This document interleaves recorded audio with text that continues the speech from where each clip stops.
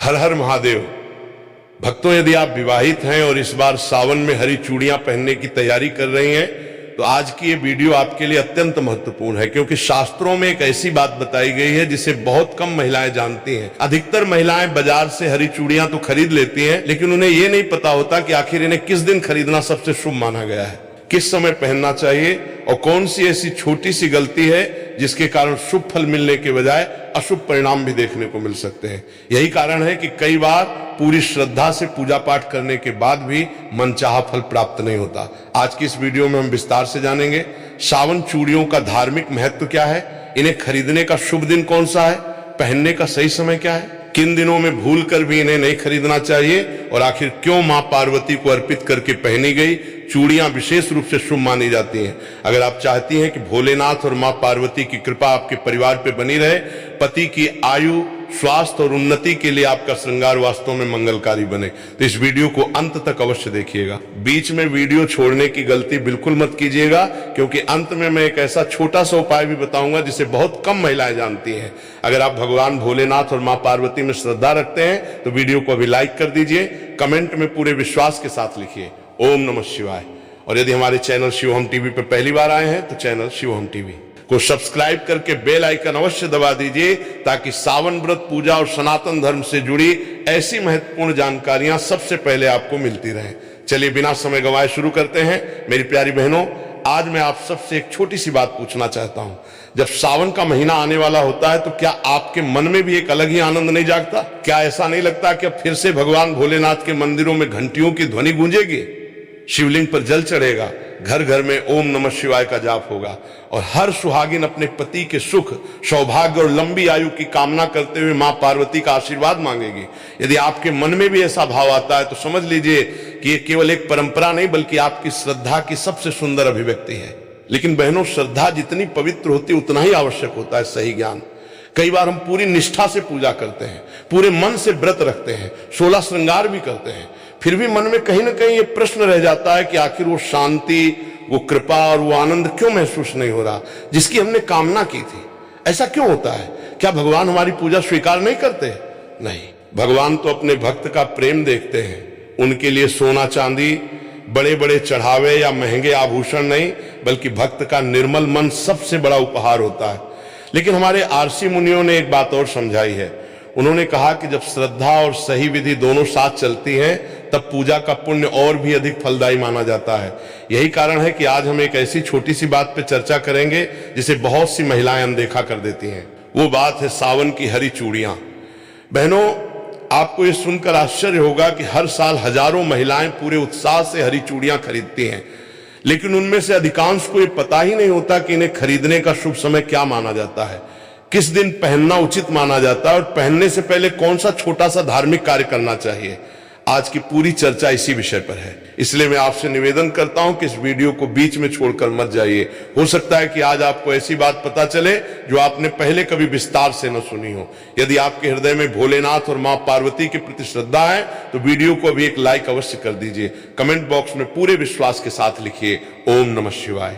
और यदि आप सनातन धर्म, व्रत, पूजा, त्योहार और धार्मिक परंपराओं से जुड़ी ऐसी ही उपयोगी जानकारियां नियमित प्राप्त करना चाहते हैं तो हमारे चैनल शिवहम टीवी को सब्सक्राइब करके बेल आइकन भी दबा दीजिए, ताकि आने वाली कोई भी महत्वपूर्ण वीडियो आपसे छूट ना जाए।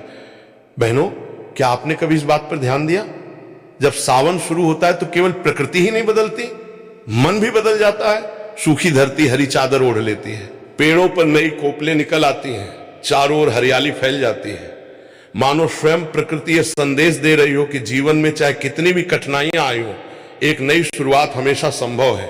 यही कारण है कि सावन के महीने में हरे रंग का विशेष महत्व माना गया है। हरा रंग केवल सुंदरता का प्रतीक नहीं बल्कि आशा का प्रतीक है, सौभाग्य का प्रतीक है, समृद्धि का प्रतीक है और सबसे बढ़कर यह जीवन में नई ऊर्जा का प्रतीक माना जाता है। इसीलिए हमारी माँ और दादियां कहा करती थी, सावन में जितनी हरियाली बाहर दिखाई देती है उतनी ही हरियाली अपने घर परिवार में भी बनाए रखने का संकल्प लेना चाहिए। और यही भावना हरी चूड़ियों के पीछे भी छिपी हुई है। लेकिन बहनों, एक बात हमेशा याद रखिए, चूड़ियां अपने आप में कोई चमत्कारी वस्तु नहीं होती। चमत्कार होता है आपकी श्रद्धा में, आपके विश्वास में, आपकी प्रार्थना में। जब कोई सुहागिन महिला भोलेनाथ और मां पार्वती को अपना आराध्य मानकर पूरे प्रेम से उनका स्मरण करते हुए श्रृंगार करती है, तब वही श्रृंगार उसके लिए एक आध्यात्मिक संकल्प बन जाता है।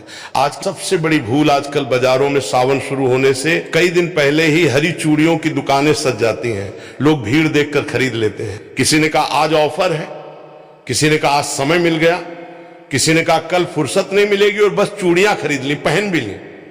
लेकिन बहनों, क्या कभी आपने ये जानने की कोशिश की कि हमारी परंपरा इसके बारे में क्या कहती है? क्या हर दिन शुभ माना गया है? क्या हर समय पहन लेना उचित माना गया है? या फिर कुछ ऐसे दिन भी हैं जिनमें थोड़ा संयम रखने की सलाह दी जाती है? यही वो प्रश्न है जिसका उत्तर हम आगे जानेंगे। और विश्वास मानिए, यदि आप इस छोटी सी बात को समझ लेंगे तो आगे से सावन का श्रृंगार केवल एक रस्म नहीं रहेगा, बल्कि आपके मन की सच्ची भक्ति का उत्सव बन जाएगा। ओम नमः शिवाय, हर हर महादेव। मेरी प्यारी बहनों, आज मैं आपसे कोई कठिन शास्त्र नहीं कहने जा रहा, ना ही ऐसी बात जो केवल विद्वान ही समझ सके। आज की बात बहुत सरल है, लेकिन यदि इसे मन से समझ लिया जाए तो सावन का आपका श्रृंगार केवल बाहरी सजावट नहीं रहेगा, बल्कि भक्ति का एक सुंदर संकल्प बन जाएगा। जरा मन में सोचिए, जब सावन आने वाला होता है तो सबसे पहले आपके मन में क्या आता है? शायद नई हरी चूड़ियां, नई साड़ी, मेहंदी, भोलेनाथ का जलाभिषेक, सोमवार का व्रत और मां पार्वती के चरणों में अपने परिवार के सुख की प्रार्थना। यही तो सावन की सबसे सुंदर बात है। ये महीना केवल कैलेंडर का एक महीना नहीं होता, ये मन को भगवान के निकट ले जाने का अवसर होता है। इसीलिए हमारे घरों में दादी नानी कहा करती थी, सावन में जितना मन भगवान में लगेगा उतना ही घर में प्रेम और शांति बढ़ेगी। बहनों, आजकल एक बात देखने को मिलती है, जैसे ही सावन पास आता है बाजार हरी चूड़ियों से भर जाते हैं, हर दुकान पर भीड़ लग जाती है। कोई डिजाइन देख रहा है, कोई रंग चुन रहा है, कोई जल्दी जल्दी खरीद कर घर लौट रहा है। लेकिन बहुत कम लोग एक प्रश्न पूछते हैं, क्या केवल हरी चूड़ियां खरीद लेना ही पर्याप्त है? क्या जिस दिन समय मिल जाए उसी दिन खरीद लेना ठीक है? क्या पहनने से पहले कोई विशेष भावना या प्रार्थना भी होनी चाहिए? यहीं से हमारी आज की चर्चा शुरू होती है। बहनों, याद रखिए, सनातन परंपरा में किसी भी वस्तु का महत्व केवल इसलिए नहीं होता कि वो सुंदर है।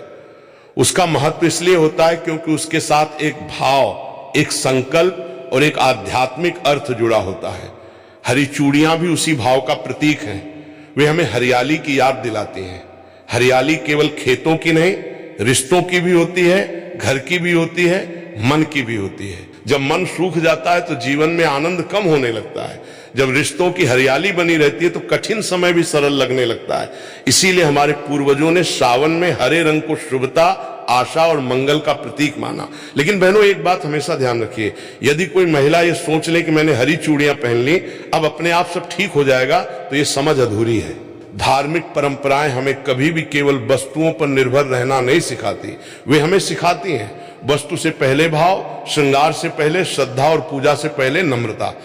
भोलेनाथ को बेलपत्र इसीलिए प्रिय नहीं कि वो दुर्लभ है, उन्हें वो प्रिय है जो प्रेम से अर्पित किया जाए। एक लोटा जल भी सच्चे मन से चढ़ाया जाए तो उसका महत्व बहुत बड़ा माना गया है। ठीक उसी प्रकार यदि हरी चूड़ियां भी भोलेनाथ और मां पार्वती का स्मरण करके धारण की जाए तो उनका आध्यात्मिक महत्व और बढ़ जाता है। एक छोटी सी घटना, एक गांव में दो पड़ोसन रहती थी। दोनों हर साल सावन का व्रत रखती थी। दोनों हरी चूड़ियां भी पहनती थी। पहली महिला बाजार से चूड़ियां लाती, पहनती और अपने काम में लग जाती। दूसरी महिला भी वही करती थी, लेकिन एक छोटा सा अंतर था, वो घर आकर सबसे पहले स्नान करती, फिर भोलेनाथ और मां पार्वती के सामने दीपक जलाती, हरी चूड़ियों को एक थाली में रखती, उन पर हल्दी और अक्षत अर्पित करती और हाथ जोड़कर कहती, हे भोलेनाथ, यदि इस श्रृंगार में कोई शुभता है तो वो आपकी कृपा से ही है। मेरे परिवार में प्रेम बना रहे, मेरे मन में अहंकार कभी ना आए और मेरी श्रद्धा हमेशा बनी रहे। फिर वो उन्हीं चूड़ियों को प्रसाद का भाव मानकर पहनती। पहनो, ध्यान दीजिए, दोनों ने एक जैसी चूड़ियां पहनी थी, लेकिन अंतर चूड़ियों में नहीं था, अंतर भाव में था। और शास्त्रों का सार भी यही है, भगवान भाव के भूखे हैं। यही कारण है कि हमारे बड़े बुजुर्ग हर शुभ कार्य से पहले ईश्वर का स्मरण करने की सलाह देते थे। लेकिन अब एक महत्वपूर्ण प्रश्न आता है, क्या सावन में हरी चूड़ियां किसी भी दिन खरीद लेना उचित माना जाता है? या परंपराओं में कुछ ऐसे दिन बताए गए हैं जिन्हें अधिक शुभ माना गया है? और क्या कुछ ऐसे दिन भी हैं जिनमें खरीदारी टालने की सलाह दी जाती है?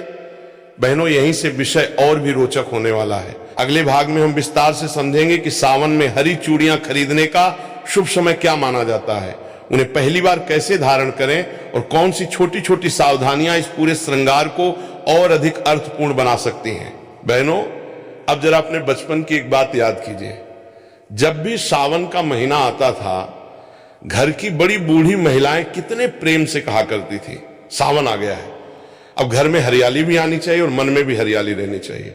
उस समय शायद हम इन बातों का अर्थ नहीं समझते थे, हमें तो बस इतना अच्छा लगता था कि घर में पूजा होगी, मेहंदी लगेगी, झूले पड़ेंगे और माँ या दादी नई हरी चूड़ियां पहनेंगी। लेकिन जैसे जैसे जीवन आगे बढ़ता है तब समझ में आता है कि हमारे पूर्वज केवल रस्में निभाने के लिए सब नहीं करते थे, हर परंपरा के पीछे कोई ना कोई भाव अवश्य छिपा होता था। सावन की हरी चूड़ियां भी उसी भाव का एक हिस्सा है। बहनों सोचिए, यदि कोई पौधा सूखने लगे तो हम क्या करते हैं? उसे पानी देते हैं, धूप का ध्यान रखते हैं, उसकी देखभाल करते हैं, क्योंकि हम चाहते हैं कि उसमें फिर से हरियाली लौट आए। ठीक उसी प्रकार परिवार भी एक पौधे की तरह होता है। यदि उसमें प्रेम, सम्मान, धैर्य और विश्वास का जल मिलता रहे तो वो हमेशा हरा भरा रहता है। और यदि मन में क्रोध, अहंकार और कटु वचन बढ़ जाए तो धीरे धीरे रिश्तों की हरियाली कम होने लगती है। यही कारण है कि सावन हमें केवल भोलेनाथ की पूजा करना नहीं सिखाता, बल्कि अपने व्यवहार को भी मधुर बनाने की प्रेरणा देता है।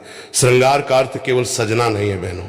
आज के समय में श्रृंगार को अक्सर केवल सुंदर दिखने से जोड़कर देखा जाता है, लेकिन सनातन परंपरा में श्रृंगार का अर्थ इससे कहीं अधिक गहरा है। जब कोई सुहागिन अपने माथे पर सिंदूर लगाती है, हाथों में चूड़ियां पहनती है, मांग में कुमकुम सजाती है, तो वो केवल स्वयं को नहीं सजा रही होती, वो अपने जीवन में मंगल, सौभाग्य और शुभ संकल्पों का सम्मान कर रही होती है। इसी कारण हमारे यहाँ कहा गया कि श्रृंगार हमेशा प्रसन्न मन से करना चाहिए। क्रोध में, झगड़े के तुरंत बाद या मन में नकारात्मकता लेकर किया गया कोई भी शुभ कार्य अपने वास्तविक आनंद को खो देता है। इसलिए यदि आप सावन में हरी चूड़ियां धारण करें तो पहले अपने मन को शांत करें, 2 मिनट भोलेनाथ का स्मरण करें, फिर मां पार्वती से प्रार्थना करें, हे मां मुझे ऐसा विवेक दीजिए कि मैं अपने परिवार में प्रेम, धैर्य और सम्मान बनाए रख सकूं। बहनों विश्वास मानिए, ऐसी प्रार्थना मन को भीतर से बदल देती है। एक प्रश्न जो हर महिला को स्वयं से पूछना चाहिए, मैं आप सबसे एक प्रश्न पूछना चाहता हूं, जब आप हरी चूड़ियां खरीदती हैं तो आपके मन में पहला विचार क्या होता है? क्या ये कि लोग क्या कहेंगे, या ये कि ये रंग मुझ पे कैसा लगेगा, या फिर ये कि मैं भगवान के सामने श्रद्धा से ये श्रृंगार करूंगी? बहनों मन की दिशा ही पूजा की दिशा तय करती है। यदि मन केवल दिखावे में उलझ जाए तो पूजा एक रस्म बनकर रह जाती है, लेकिन यदि मन में समर्पण हो तो वहीं छोटा सा कार्य भी साधना बन सकता है। इसीलिए हमारे ऋषियों ने बार बार कहा, बाहरी पूजा से पहले भीतरी पूजा आवश्यक है। भीतरी पूजा क्या है? मन से ईर्ष्या कम करना, कटु वचन छोड़ना, घर में मधुरता बनाए रखना, बड़ों का सम्मान करना और भगवान पर विश्वास रखना। यदि ये भाव हमारे भीतर आ जाए तो हरी चूड़ियां केवल हाथों की शोभा नहीं बढ़ाती, वे हमें हर दिन हमारे संकल्प की याद दिलाती है। लेकिन यही अधिकांश लोग एक भूल कर बैठते हैं। बहनों अब मैं आपको एक ऐसी बात बताने जा रहा हूं जिसे अक्सर नजरअंदाज कर दिया जाता है। कई लोग सोचते हैं कि शुभता केवल वस्तु में होती है, लेकिन हमारी परंपरा कहती है शुभता वस्तु में नहीं, उसके उपयोग के भाव और मर्यादा में होती है। यही कारण है कि किसी भी पूजा की सामग्री को आदर से रखने की सलाह दी जाती है। यदि आपने हरी चूड़ियां खरीद ली हैं तो उन्हें घर लाकर किसी साफ स्थान पर रखें। यदि संभव हो तो पहली बार पहनने से पहले भोलेनाथ और मां पार्वती के सामने कुछ क्षण रखकर प्रार्थना करें। ये कोई कठोर नियम नहीं, बल्कि श्रद्धा का एक सुंदर भाव है। और बहनों श्रद्धा कभी बोझ नहीं होती, श्रद्धा तो मन को हल्का करती है। अब आगे सबसे महत्वपूर्ण बात, अब प्रश्न ये है, आखिर सावन 2026 में कौन सा दिन हरी चूड़ियां खरीदने के लिए अधिक शुभ माना जाता है? यदि सोमवार और शुक्रवार दोनों का महत्व बताया जाता है तो इनमें क्या अंतर है? क्या सुबह खरीदना बेहतर माना जाता है या पूजा के बाद पहनना? और यदि किसी कारणवश पहले सोमवार को चूड़ियां न खरीद पाए तो क्या करें? इन्हीं सभी प्रश्नों का उत्तर हम अगले भाग में विस्तार से समझेंगे। इसलिए इस चर्चा को अंत तक अवश्य सुनिए, क्योंकि कई बार छोटी सी जानकारी ही बड़ी उलझन को दूर कर देती है। बहनों एक बात हमेशा याद रखिए, भोलेनाथ का मार्ग कभी भी दिखावे का मार्ग नहीं रहा। आपने देखा होगा कि स्वयं महादेव ने कभी राजसी वस्त्र धारण नहीं किए, भस्म को अपना आभूषण बनाया, बागंबर को अपना वस्त्र बनाया, गले में सर्प धारण किया और कैलाश जैसे शांत स्थान को अपना निवास बनाया। इसका संदेश क्या है? यही कि भोलेनाथ हमें सादगी, संतोष और सच्चे भाव का महत्व सिखाते हैं। इसीलिए जब भी हम सावन में कोई भी पूजा करें तो हमारा पहला उद्देश्य भगवान को प्रसन्न करना होना चाहिए, न कि संसार को दिखाना। आजकल सोशल मीडिया का समय है, कई बार लोग पूजा से अधिक उसकी तस्वीर लेने में व्यस्त हो जाते हैं। श्रृंगार भगवान के लिए कम और दुनिया को दिखाने के लिए अधिक होने लगता है। लेकिन बहनों जरा मन में विचार कीजिए, क्या भगवान को हमारी तस्वीर चाहिए, हमारा प्रेम? उत्तर तो आप स्वयं जानती हैं। मां पार्वती हमें क्या सिखाती हैं? जब भी सावन का नाम आता है, भोलेनाथ के साथ मां पार्वती का स्मरण अपने आप हो जाता है। धार्मिक कथाओं में मां पार्वती को धैर्य, समर्पण, करुणा और अटूट विश्वास का स्वरूप माना गया है। उन्होंने कठिन तप किया, लंबे समय तक धैर्य रखा और अपने आराध्य के प्रति विश्वास कभी नहीं छोड़ा। यही कारण है कि सुहागिन महिलाएं उन्हें अखंड सौभाग्य का प्रतीक मानकर उनकी पूजा करती हैं। लेकिन बहनों, यदि हम केवल उनके सामने दीपक जला दें और उनके गुणों को अपने जीवन में न उतारें तो पूजा अधूरी रह जाती है। मां पार्वती हमें सिखाती हैं, घर में प्रेम बनाए रखना भी पूजा है, बड़ों का सम्मान करना भी पूजा है, किसी दुखी व्यक्ति की सहायता करना भी पूजा है, कटु वचन बोलने से बचना भी पूजा है और भगवान का स्मरण करते हुए अपना कर्तव्य निभाना भी पूजा है। इसीलिए सावन का महीना केवल व्रत रखने का महीना नहीं, अपने स्वभाव को और अधिक मधुर बनाने का भी अवसर है। हरी चूड़ियां केवल सौभाग्य का प्रतीक नहीं। बहनों, बहुत लोग कहते हैं हरी चूड़ियां पहन लो सब ठीक हो जाएगा, लेकिन सनातन धर्म कभी ऐसा नहीं कहता। धर्म हमें कर्म का महत्व भी सिखाता है। यदि घर में प्रेम रहेगा, यदि परिवार में सम्मान रहेगा, यदि पति एक दूसरे की भावनाओं को समझेंगे, यदि भगवान का स्मरण रहेगा, तो घर का वातावरण अपने आप सुखद बनने लगेगा। हरी चूड़ियां हमें इसी शुभ संकल्प की याद दिलाती हैं। जब भी वे हाथों में खनकती हैं, मानो हमें याद दिलाती हैं, अपने शब्द भी इतने ही मधुर रखो जितनी मधुर इन चूड़ियों की ध्वनि है। क्या ही सुंदर संदेश है। एक छोटी सी सीख बहनों, यदि किसी दिन आपका मन बहुत परेशान हो, घर में किसी बात को लेकर तनाव हो या किसी कारण से मन अशांत हो, तो उस दिन भोलेनाथ के सामने 2 मिनट शांत बैठ जाइए। कुछ मांगिए मत, बस इतना कह दीजिए, हे भोलेनाथ, मुझे सही निर्णय लेने की बुद्धि दीजिए, मेरे मन को शांत रखिए, मेरे परिवार में प्रेम बनाए रखिए, विश्वास मानिए, हर समस्या तुरंत समाप्त हो जाए। ऐसा वादा कोई नहीं कर सकता, लेकिन मन अवश्य मजबूत होता है, और जब मन मजबूत होता है तो कठिन परिस्थितियों का सामना करना भी आसान हो जाता है। यही तो भक्ति का सबसे बड़ा फल है। अब आती है वो बात जिसका इंतजार हर सुहागिन करती है। बहनों, अब तक हमने हरी चूड़ियों का भाव और महत्व समझा, लेकिन अब सबसे महत्वपूर्ण प्रश्न है, आखिर सावन 2026 में हरी चूड़ियां कब खरीदनी चाहिए? क्या पहले सोमवार, क्या पहला शुक्रवार, क्या कोई विशेष तिथि या सुबह का समय अधिक शुभ माना जाता है, या पूजा के बाद पहनना चाहिए? और यदि किसी कारणवश उस दिन खरीदना संभव न हो तो क्या करें? इन्हीं सभी प्रश्नों का उत्तर हम भाग 2 में विस्तार से जानेंगे। वहीं हम ये भी समझेंगे कि पहली बार हरी चूड़ियां धारण करने से पहले भोलेनाथ और मां पार्वती के सामने किस प्रकार प्रार्थना की जा सकती है, ताकि ये श्रृंगार केवल परंपरा न रहकर एक श्रद्धापूर्ण संकल्प बन जाए। यदि अब तक की चर्चा आपको अच्छी लगी हो तो वीडियो को एक बार लाइक अवश्य करें, कमेंट में हर हर महादेव लिखकर अपनी श्रद्धा व्यक्त करें। और यदि आप चाहते हैं कि सनातन धर्म, व्रत, पूजा और त्योहारों से जुड़ी ऐसी ही सरल और संतुलित जानकारी आपको नियमित मिलती रहे, तो हमारे चैनल शिवोहम टीवी को सब्सक्राइब करना ना भूलें। ओम नमः शिवाय।